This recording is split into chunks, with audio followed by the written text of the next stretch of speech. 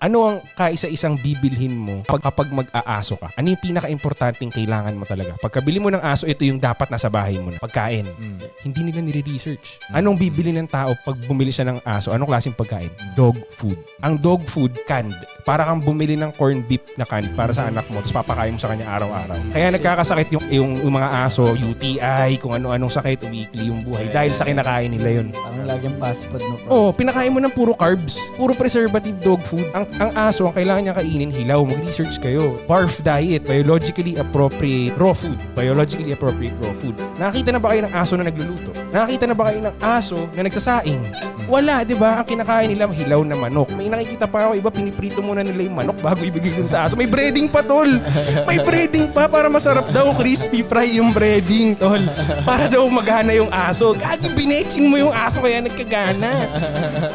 Yung dog food kaya may gana kasi may sinispray sila dyan. Manood kayong documentary, may sinispray silang pampagana. Maamoy ng aso, maluloko siya kakainin niya.